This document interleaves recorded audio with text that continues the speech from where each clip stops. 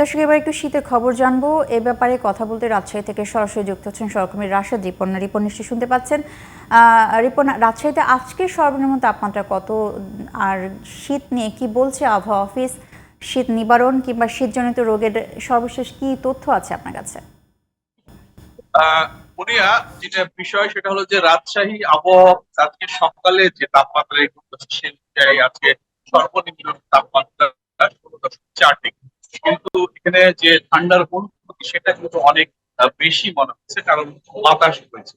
এবং গত কয়েকদিন ধরে রাজশাহীতে 15 থেকে 14 থেকে 16 ডিগ্রি সেলসিয়াস তাপমাত্রা ওঠানামা হচ্ছে সর্বনিম্নটা, এবং সর্বোচ্চটা 28 থেকে 30 ডিগ্রি সেলসিয়াস।